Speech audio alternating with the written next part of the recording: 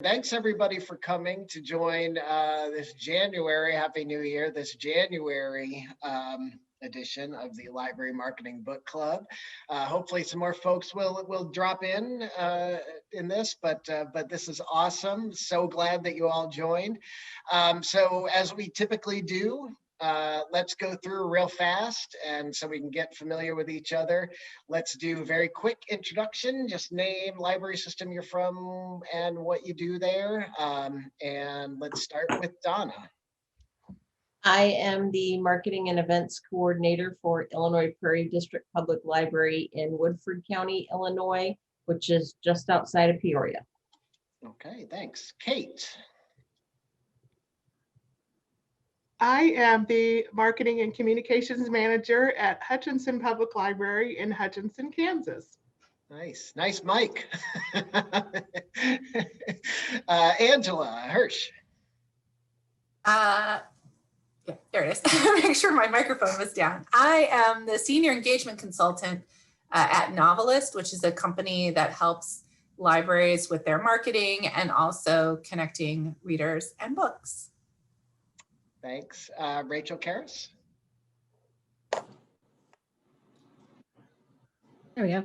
I'm Rachel. I am the Events and External Relations Assistant at the Leatherby Libraries at Chapman University in Orange County, California. Thanks, Rachel. Joanne Quinn, I see your background. Are you there? Yes. Hi, yes. I'm Joanne Quinn. I'm Director of Communication and Marketing at Villanova University's Falvey Memorial Library. Funny, I have, like every single person, I have a story from every single place. Go ahead. I spoke at Villanova like 2 years ago. Right? And Rachel, I used to live in Fullerton, and I could just connect to everybody here in some way. That's what happens when you're old. Eventually you can connect to everybody. So I'm sorry, I interrupted. I think we're on Brienne. Feel free to jump in. I'm eager to hear Brienne's story to see if I can see if I can keep my record going here. Brienne. Brienne, I'm marketing specialist at the North Dakota State Library. Okay. Very good. I've got a story. I really do. Go ahead, keep going. Okay. And I have over here somebody with iPhone. I don't know who it is. Jennifer O'Neill. Yes, Jennifer. Hi, Jennifer. I'm the new library director at Mamaroneck Public Library in Westchester County, New York. Okay. Heidi. And I'm Heidi Alwinga. I am the media and marketing coordinator, along with the interim assistant director at the Sioux Center Public Library. Great, thanks, Heidi. Ray. Good morning, Ray Hawley with the Sonoma County Library. We're a countywide system in Northern California. Thanks, Ray. Tammy. Tammy Gross. If you're speaking, you're muted. There's no mic. Oh, no mic. Oh, hi, Tammy.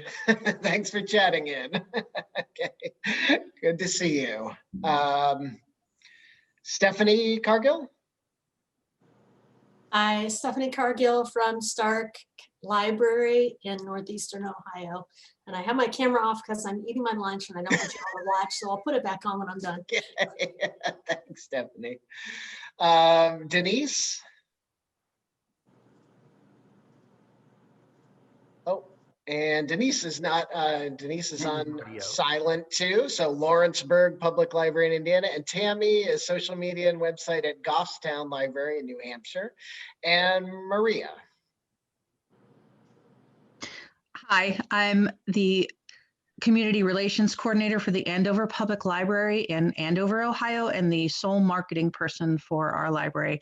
And I will also have my video off because I have an 11-month puppy who is house training and is not quite there. So I might get up and run around. 11 months though, Maria, you're pretty close. I mean, 11 weeks. Oh my gosh, 11 weeks. Oh, I was going to say 11 months, you're almost there. 11 weeks. Yeah, 11 months it should be done. 11 months, that's a pretty dumb dog. Yeah. All right.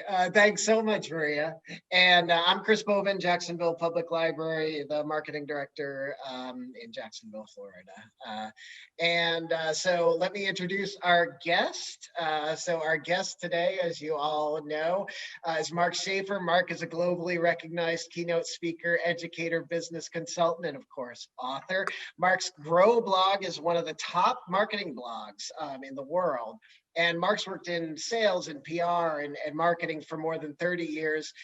He does consulting, but he also serves as COO of this company called B Squared Media, which if you have listened to his podcast, or if you haven't, please do, The Marketing Companion. He does that podcast with Brooke Sellis, who is the CEO and founder of B Squared Media. So it's always interesting to hear stories and how it connects with B Squared, which is outsourced social media service and online customer care. So there's lots of really cool stories that they tell from that.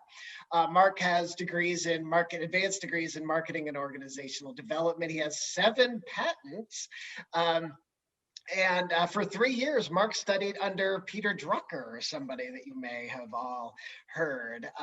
And Mark is one of the most popular business-related keynote speakers, speaking at events including South by Southwest. So that's a big, huge one. And we are so fortunate, so pleased to have you here with us today, Mark. Thank you so much. I'm happy to be here. I'm happy to be anywhere. So anything you want to say to set off? You got any stories that you're just dying to share about people's library locations or anything? Literally, I do have a story for almost everybody. Like the people in Cleveland, I used to work at Cedar Point, so that'll make them smile. When I was a kid, I was a wait guesser at Cedar Point, so that's where I learned sales. Nice. I think the big idea, I started thinking about sort of the trajectory of my work. And if you think about the books I've written over the years, it's really about how do we become the signal in the noise. And the problem of noise is growing and growing and growing to such an extent. And in 2014, I wrote a blog post. It was my most famous blog post. It was called Content Shock. And back in 2014, I projected that content and content marketing would become much more difficult because as more and more people produce content and there's more attention, more competition for our attention, it would become really something that a lot of people couldn't use because you'd either have to spend a lot more money on the quality of your content or a lot more money on promoting your content. And some people would just have to drop out. And when I wrote it, it was a very controversial post because, there's a lot of people out there selling content. But, I was right. And I think this is the question in marketing today. There's only really one question that every marketing book addresses, whether it's SEO or social media or whatever. It's this: how can we be heard? And I think as I reflect on what I've been writing and thinking about for the last few years, it's all about solving that problem. I do something that's new and exciting is that I have a new book out. I haven't even really launched it yet, but it's being populated on Amazon right now, and it's called Cumulative Advantage. And it's an exciting and interesting book. And the reason I think it's so timely and interesting is that, as Chris said, I've been teaching at Rutgers University for about 12 years now. And when I was teaching about digital marketing and creating content, I would teach people this formula. To great content that stands out on the web is RITE. R, relevant, I, interesting, T, timely, and E, entertaining. And that was sort of the formula up until around 2015. And then I realized that even if everybody did all those good things, it wasn't enough because you had to be superior. you had whoever, whatever your niche is, whoever your competitors are, you've got to fight to be the best, or people will leave you. We're seeing that now in streaming media, where people on the last podcast, I just recorded a new episode this morning. We talked about how people are binging on their favorite shows on some streaming service, then they drop it, they quit it, and then they move to Amazon. They watch their favorite shows and they quit, and then they move someplace else. And that's really a model for what's happening everywhere. So I decided RITE, I needed to add an S. Superior. You got to be the best. You got to be superior. And now here we are, 2020, 2021. And I'm not sure even being great is enough, because there's just so much competition. We need something else. And I'm the kind of person that just doesn't like to sit by and say, oh, well, things are hard. They're getting harder. Oh, too bad. I want to figure out, what do we do? And so my new book is about momentum. Momentum for many people is easy, because they've got a lot of money, or they went to an Ivy League school, or they're working for a big foundation and they don't have to worry about competition. But for many of us, momentum is a challenge, and maybe we're doing good and maybe we're doing fine, but how do we really become the signal instead of part of the noise? And so there's a lot of research on this that started in the 1960s that have never really been applied to our lives and our businesses and our careers. And so that's what this book is about, cumulative advantage. If you sort of don't have resources, what do you do? How do you compete? And the thing that I think is so fun and inspiring, I hope, about this book is that it's accessible to anyone. There's nothing in the book that isn't doable, that isn't accessible to everyone. So I think it's a book of hope. And as I said, it's on Amazon now. I'm still waiting for the audio version to be approved. It should be approved any day now, maybe even today, but it's up there in paperback, hardback, and Kindle. And my official launch will start next week, but the book is available now. And so that might be something that's interesting to you. Yeah, that's very exciting, Mark. Thank you. That's great. Yeah, for those, I think my most popular book is Known. Mm-hmm. And this is almost like Known Part 2. Known was about building your personal brand. And this is like, okay, well then how do you create momentum for that brand? So I'm excited about it. A couple people downloaded it over the weekend and read it, and they just think it's a transformational book. So it's like, oh my gosh, thank you for it. That's great. You never know. You put a book out there, I put my heart and soul into it. So anyway, that's enough about me. Yeah. I'd love to answer questions and talk about the book that you read. That's a great intro, Mark. That's awesome. Very exciting that you're using extending on some of those concepts. That's fascinating. Can't wait to read it, and we'll look forward to adding it to our future reading lists. It's a book I highly recommend. Yeah, that's a good answer. Hopefully you do. It's the best book I've written in the last 2 years. That's good.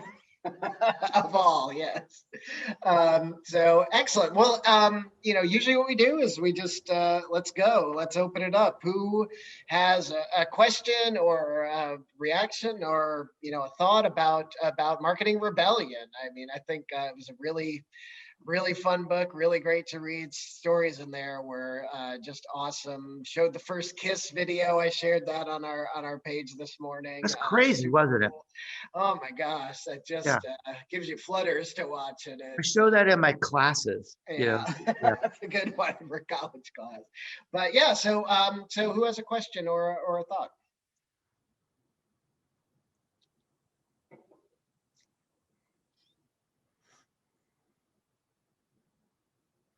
Well, it's been nice being here today.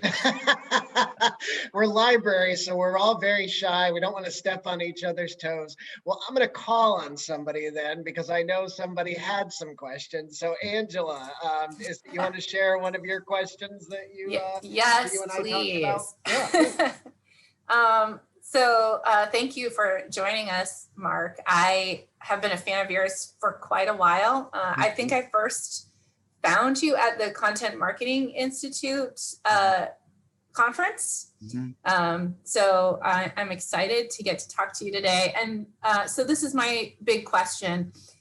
I work in my current job with a lot of different libraries. And one of the things that we try to tell our library clients is that they should be doing one of the things that you talk about in your book, which is to try to get patrons to share their delight at peak moment.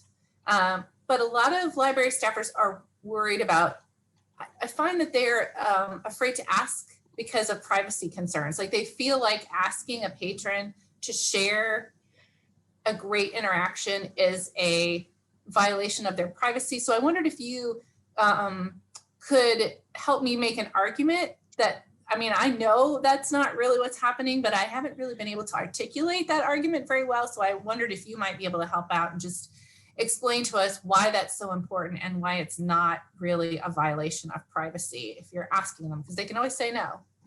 Yeah. Well, I'm reminded of a little story. I went to a barbecue restaurant in Radford, Virginia. I was speaking at Radford University, and the marketing faculty took me out to this restaurant. I go into this restaurant, and right in the middle of this relatively small restaurant was a 15-foot fiberglass pig with a tie-dye t-shirt. And the name of the restaurant was, I think it was like the tie-dye pig or something like that. They probably named the restaurant because they had this fiberglass pig, right? So I asked the owner, I said, what's the deal with the pig? He said, that is my entire marketing program. Because when people come in, they want to take a picture with this pig. And the key thing is you've got to have good food, reasonable prices, good service, clean restrooms, or no one's going to take a picture of themselves with the pig. But if they had a good time, the pig reminds people to share their good experience. He's literally spends no money on advertising. He spent $1,500 on this colorful fiberglass pig that's taking up quite a bit of dining space in his restaurant. But that's all he does. That's all he needs. And of course, the children love it. And the parents want to, have fun with the children. And some people, they want to go to this restaurant just because they want to take a picture of themselves with a pig. So I think the first idea is to create opportunities that lessen the barriers. If you create something visual that's so cool and so much fun, then people are going to share it anyway. I think one of the stories in the book was the orthodontist, right? Who rolled out the red carpet. I mean, if you can have people sharing content about an orthodontist, you can have people share content about anything. So, what if you have children's reading day or something, and you have a big, someone dresses up as like Clifford the dog, or, whatever it can be. But I think the first thing is if you give people a reason to do it, to share their passion and their fun, you won't have to ask them. So, and that's not necessarily easy. It's a different way to think about marketing. The whole concept of marketing rebellion is, how do we enter that 2/3? How do we get invited to the conversation? Well, maybe we can ask, but it would be better to earn it. It would be better to roll up our sleeves and figure out, how can we do something so cool, so fun, so unmissable that people can't wait to take a picture of this and share it with others. And I mean, there's unlimited opportunities to do that at libraries, to just delight people. You just have to think in a new way. And it is okay to ask people, what a lot of restaurants do, which I'm not sure how effective it is, but they put little cards on the table saying, hey, share us on Twitter, share us on Facebook. But, it would be a lot more fun if they gave us a reason to do that. If someone came dressed as a hula dancer or came dressed as, the Incredible Hulk to serve your meal, you'll probably take a picture of that. So that's really the challenge is the hard marketing work is to earn that conversation. Instead of asking for the conversation, how do we earn it? I have two kind of points in response to that. The first, we had a deadline last week for an upcoming issue of the ILA Reporter. They are focusing on new and renovated facilities. And the building that I am in right now was actually closed for a little over a year, undergoing major renovations. And ILA wanted quotes from patrons about what they thought of the renovation. And my boss said, hey, find out what your patrons think, or, so I literally just did a little half sheet and I put it out on the circulation desk and I said, please take this, if you want to fill it out right now, you can. If you want to fill it out and return it, but tell us what you think about the renovation. And, if you want to have your name included, put your name at the bottom. If you want to be anonymous and just be a patron, leave it blank. And we got some amazingly beautiful comments about the renovation of the building. But with the photo thing, for our summer reading program this coming summer, we are going to have a traveling photo booth that goes from branch to branch. And one of the requirements for fulfilling the summer reading program is going to be to take your picture in the photo booth the week that it's at your branch and post it on social media with the hashtag and call it a moment. Yeah, so very creative. That's cool. Yeah, that's really good. Yeah, thanks. Great question, Angela. That was a good one. Mark, something in the book that I was, so I guess it's when you talk about like the Delta pre-roll story, how it's this big, hey, we're so great, and look how great we are, and how, and I mean, it's trying to make you feel like you're part of this great experience. Then you talk about Room and Board, the furniture company, and you talk about how, somebody word of mouth got you excited about them. And then you talk about going to talk with the company, and the company has a lot of stories. So what is that kind of trick or that secret between, and we've read some other books on this, but like telling your story and, but not, not just telling it as corporate, but telling it as something that really connects with people, which I know is a lot of what your book is about. But those two things seem like, hey, they're telling their story, the other's telling their story. Maybe is it just that Delta's telling their story poorly and Room and Board tells their story well, or is it more about how Room and Board gets that story out there? Is there anything else you can share on that? Here's the big difference. So this is something I don't think this was in the book, but I probably should have had it in the book. So the research shows that about 10% of the population are super sharers. Mm-hmm. My wife is a super sharer. If you're standing next to her in a line, she's telling you about something that she found, something that she knew, something that, a new restaurant she went to, right? So if you do a good job with your stories, if people know about the stories, you can count on 10% of the people just organically sharing these stories.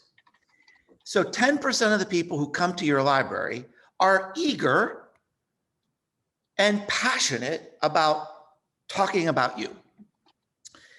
So you have to think about, all right, how do we get a story out there that can circulate? So every story that circulates has three characteristics. It's AIR, like air. First of all, it's authentic, which means it's believable. So they trust you and they know if they tell other people, they know that this is a good source and they can rely on it. So it's authentic. Number two, it's interesting, meaning it's interesting enough that someone would talk about it with a friend at lunch or talk about it at the dinner table. So does it pass, we call it, does it pass the brunch test? Would someone talk about it at brunch? If it's not, cut it, come up with something else. And then finally, this is the R I talked about earlier, is it relevant? So, you don't want to create a story necessarily about Harley Davidson motorcycles because that's not probably relevant to people who are going to your library. What you want to talk about is this building that you're in right now is a historic building. And it used to be a hospital during World War II. And before that, it was a restaurant. And before that, it was, a tavern. So what I do when I work with my customers is we start by answering this question, finishing this sentence. Only we.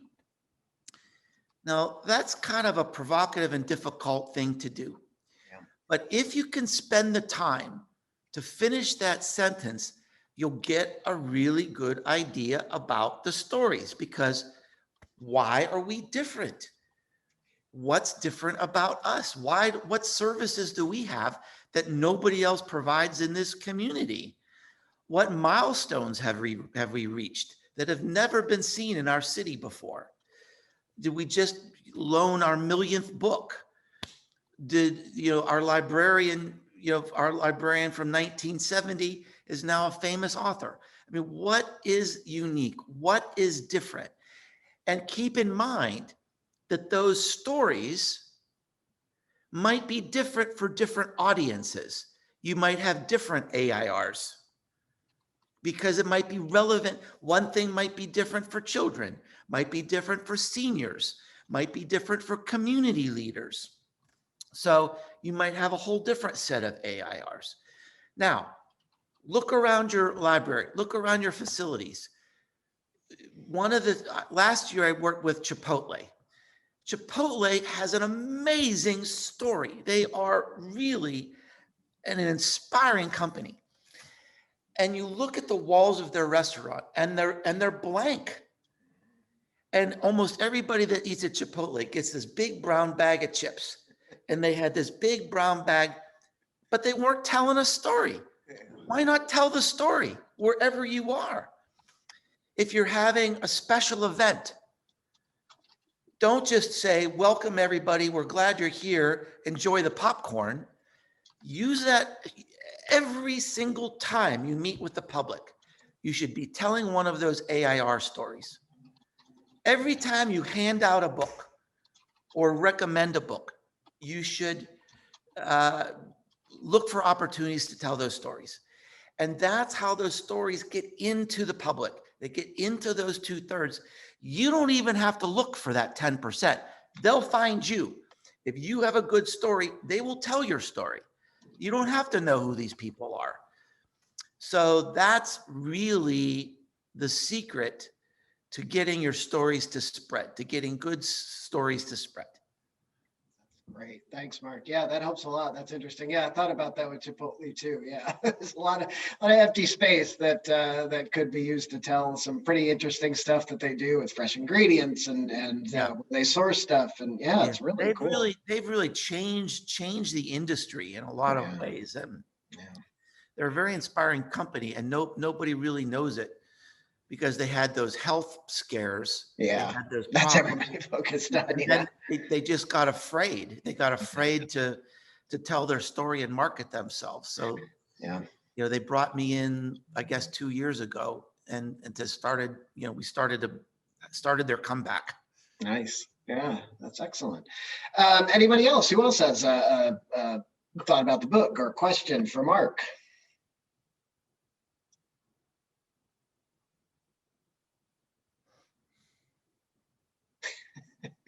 So shy.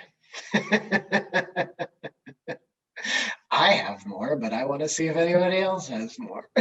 I have to come clean, I guess. I have not read the book That's yet. okay. But we have ordered it. I'm just waiting for it to come great. in. But I just think this book discussion group is such a huge opportunity to meet some of the greats out there in marketing and build this kind of community that is unique. I mean, this is the only group in the country like this. So I just so thank you for all of you for this opportunity. Hey. Yeah, And I look forward to reading the book when it arrives. Yeah. So Chris, that's an only we for you right there. That's right. That's the only we for the book club. Yeah. Oh, it's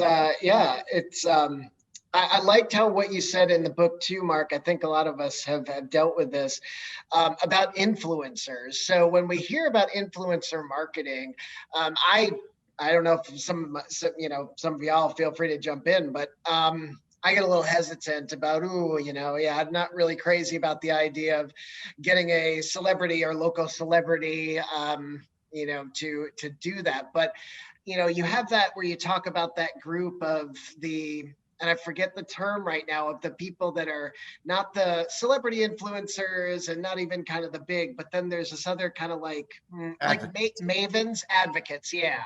Yeah. So, what are some good ways, you mentioned the book, but if you wouldn't mind sharing, any other thing you have about influencer marketing and how that can be very effective and not come off as, especially for a library where you're dealing with trying to get trust and maintain trust. How do you keep that trust in influencer marketing?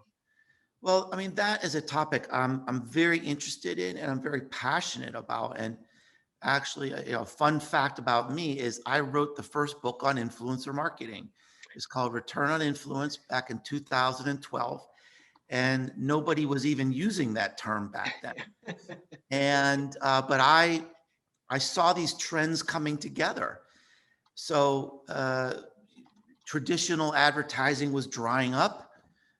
Local newspapers are drying up. Local television stations were drying up. And the power was shifting to people.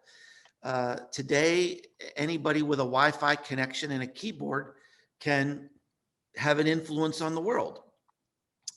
And unfortunately, influence marketing has sort of been tarnished because we hear all the silly stories. We hear all the controversial stories, but everything in marketing can be corrupted, including search engine optimization, including advertising corruption. Wherever corruption can occur in our world, it eventually will occur. But what I'd like you to do is think about this. One of the main themes in Marketing Rebellion is that people just don't trust companies or institutions, but they trust people. And an influencer is really a friend. The reason a person becomes an influencer is because people listen to them. They're trusted. Some of them have kind of gone beyond that. Some of the people we hear about are really entertainers. But in your community, there could be mommy bloggers, daddy bloggers. There could be people who are writing about your community, about politics, about whatever. They have an audience because they are seen as a trusted authority. And it doesn't take much money. It may not take any money. Sometimes these people just want to be acknowledged and maybe they want to be involved in something that you're doing, and they have a trusted audience. It's probably more effective than any advertising you could ever do. And so I'm a big believer in it. In fact, I launched my book, Marketing Rebellion, 100% on influence marketing. The new book that's coming out, I'm actually doubling down on it. I think last time I sent out maybe 35 kind of influencer kits about the book. And I think this time I'm sending out almost 100 because it works. Yeah. And this might be something that someone in this group could even have an opinion on, but my last couple books, I self-publish. I've been self-publishing now because traditional publishing is difficult and broken in a lot of ways. And Marketing Rebellion hit #1 on Amazon in the marketing and advertising category. I believe it's the only self-published book to ever hit #1 on Amazon. That's awesome. I don't know how to prove that, but it was all organic. I didn't play any tricks. I didn't take out any ads. I created this sonic boom of awareness where I saw somebody post on Twitter. This woman said, well, I've seen Mark Schaefer's book mentioned 4 times today. I guess I better go buy it. That's what influencer marketing does. And I'm launching my new book the same way. And it's not a long-term thing. It's not an expensive thing. I just want to, in a period of 2 weeks, I want this book to be everywhere. Yeah. And those influencers have audiences in different fields that I don't have access to, in different parts of the world that I don't have access to. But they're stars in those places, and people listen to them, and it absolutely sells books. It would sell anything. Yeah. That's really good. Yeah. And definitely we experience the same thing where, we have certainly our local library fans, but it's nice when you talk about having people in other industries with other, reach that can be very helpful, and much better than poking and hoping at social media and some of those other things that is easier to do, but doesn't always provide that return. And you were talking in the book about not uncommon these days to have 100,000 marketing impressions and nobody ever clicks, and we're experiencing that with some of we have some Google ads that there's a free grant that gives us Google ads, but we have to be careful not to just rack up a bunch of impressions and then but nobody's actually clicking. And in some ways, that's great. I encourage everyone to experiment with that. Facebook ads work, Google ads work, but it's also sort of lazy because of that. But what I would encourage everyone to do, and this kind of connects the dots between stories and influencers, is to think about what is your AIR, or what is your only we right now in a pandemic. How do you solve certain problems and connect with people in a special and useful way? How are your patrons suffering right now? Entertaining children, relaxing, getting their mind off the news, whatever it might be. And you have to think about what is our story right now? Because the world we have to keep revisiting that AIR idea and connect with it. And then if you've got influencers in your community and you've got a way to ease people's suffering, they're going to want to talk about it. Yeah. That's just a great story. That's an amazing story. Yeah, that's awesome. So Mark, I think, we're about out of time with you here, but we really appreciate your time. thank you again so much for taking the time to come and meet with us today. We've been enjoying this book club and really enjoyed your book. And some of us are ready to enjoy your book, and some of us will enjoy it again. I think it's fantastic. And thank you for your recommendation of your new book. Very exciting. And it was called, oh God, Cumulative advantage. And one thing that would really help me, and of course all of you know this, is if you love the book or like the book, if you love Marketing Rebellion, if you could leave a little review on Amazon, that helps a lot. And same with Cumulative Advantage. I mean, that's that social proof. You know, your story is my AIR, right? And so few people leave reviews of books, but it means the world. It means the world to an author. So if that's something that you would be willing to do, that would be a great way to say thank you to me and for the book. So thanks everyone for having me. This is great. Love connecting with you all, and best wishes moving forward.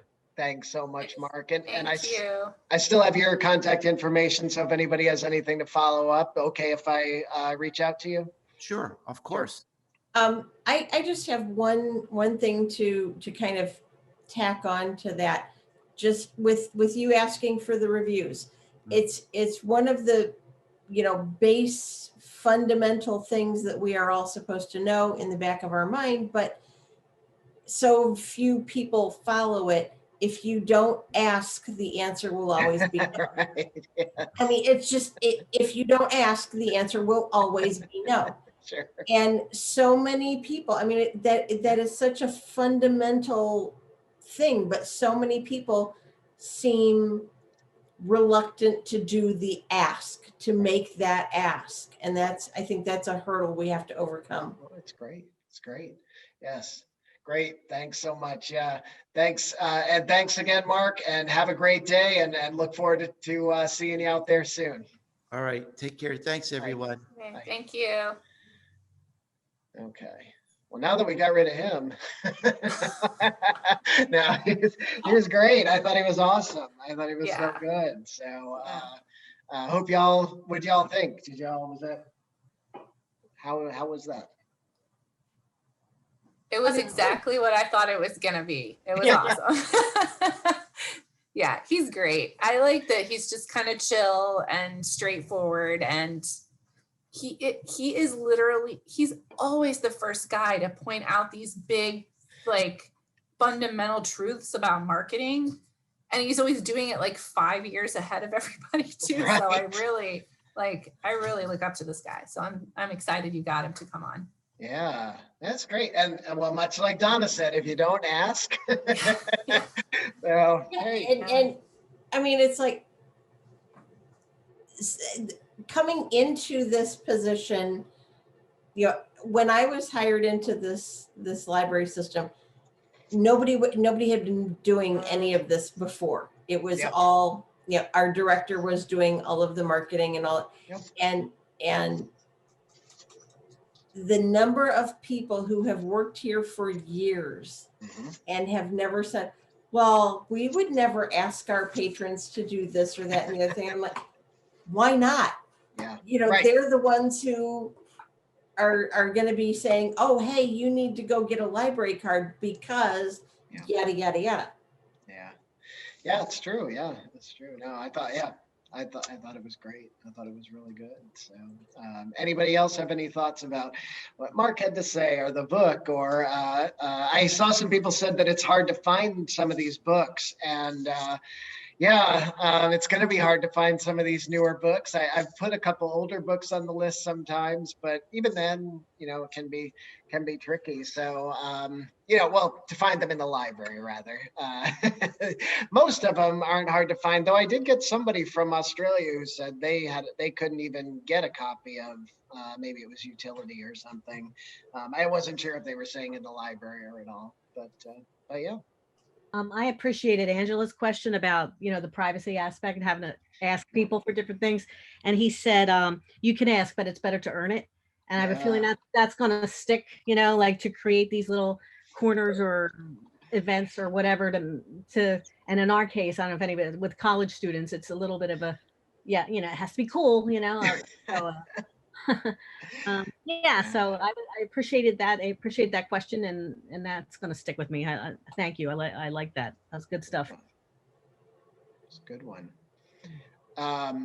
Yeah, in the book, he talks about Harley, and you know, I think probably about 9 out of every 10 marketing books talks about Harley Davidson and all that.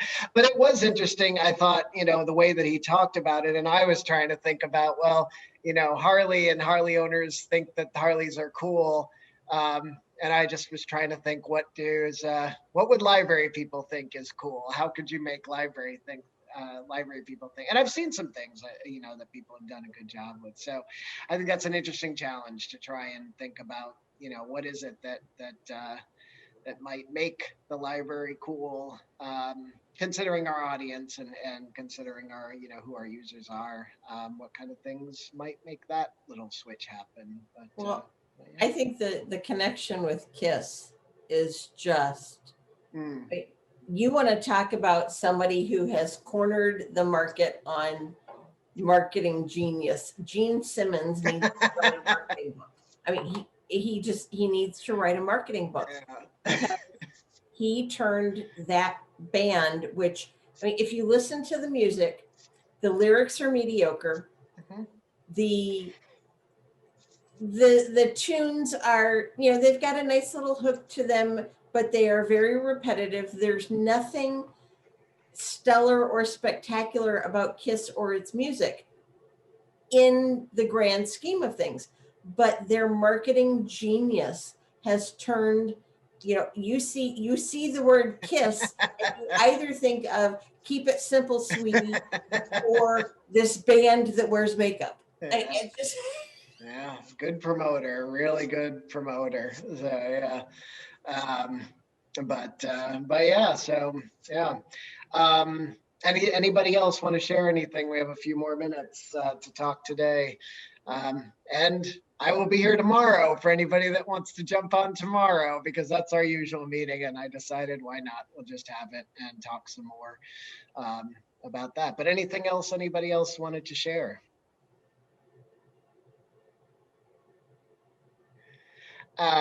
So taking that pause, filling in that pause, we'll look at what books are next.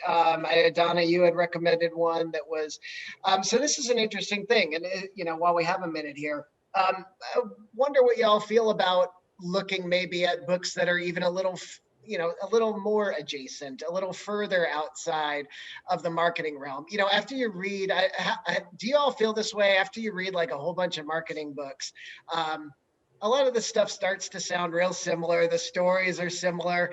You know, it's funny, we haven't come across this story, but for a while, one of the popular stories in the marketing books that was always in there was to put a man on the moon. Every book had, you know, oh, look at how great it was to, you know, for Kennedy to say, we're going to put a man on the moon in 10 years. And it was really interesting that after you read 5 or 6 times, you're like, okay, I get it. You know, it was a big deal. It was a big change. But yeah, I mean, there's some other books. There's one that I'm reading that is close to marketing. Well, actually, this one probably is too close to marketing. It's a book called Subscribed, and I was going to put it on the list. It's about subscription, the subscription economy, if you want to call it that. It is pretty close to marketing. It's written by somebody though who is made it big as a software as a service. So, you know, so it gets a little more into software. And there's a couple other books that I think are kind of interesting that are, you know, closer to maybe software and engineering. There's one, have y'all heard of Crossing the Chasm? Anybody heard of a guy named Jeffrey Moore? So it's a little older book. I'm rereading it now just to see if it's how the update holds up. But it's about, it has marketing implications. It's about the adoption of technology. So if you look at the adoption curve, you have your early adopters, then your early majority, your late majority, and your laggards. and there's this chasm between early adopters and early majority. And this book is all about kind of how to, in a way, probably what Mark is talking about in his book about momentum, but it's about how to kind of get those early adopters and early majority. And it's a pretty interesting book. It's, it's one that I've found useful in conversations about, how to get people to adopt new ideas and new things. It's helpful for internal stuff as well as external. But anybody have any other thoughts or suggestions, any other books that come to mind while we're here that that you've read and enjoyed or, think might be worth coming up? Anybody have anything? I read a book, I think this was actually before the pandemic, and it's titled Upstream. And I like Upstream, yeah. Okay. So I thought that was great, because at that time we were, had a local thing happen that we were really inspired by. And it was a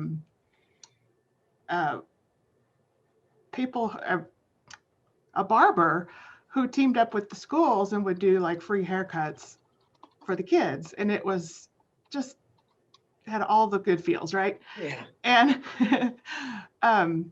so the library was looking at ways, how can we just, because that just kind of happened over a cup of coffee, hey, I have this idea, what do you think? It was just friends talking. And so we spent quite a bit of effort on trying to create those connections, just trying to get staff out there and just talking with people. And I thought Upstream was really, really great as far as looking at how can we solve the problem before it happens. Yeah. And so, I would love to read that one again. Yeah. So unless you all have read it already, then. No, I happened to pick it up. I thought it was because I think it's by Dan Heath, who is Chip and Dan Heath wrote. I forget what a book about behavior. I forget what it is, but it's a really, really good book that I don't know. I'm tired. I can't remember the name of it right now. Anyway, it's they have a really, really good book that's referred to in a lot of other marketing books. But yeah, Upstream was really cool. Yeah, Upstream. So to spoil the story of that opens it, it's he sets it up by somebody's standing at the river and sees all these kids floating down and jumps in to save the kid. And then another kid comes floating down and jumps in to save the kid. And another kid comes floating down. And then one of the guys, instead of jumping in to save the kid, goes walking upstream. And he said, "Where are you going?" He said, "I'm going to go and beat up the guy who keeps throwing all these kids in the water."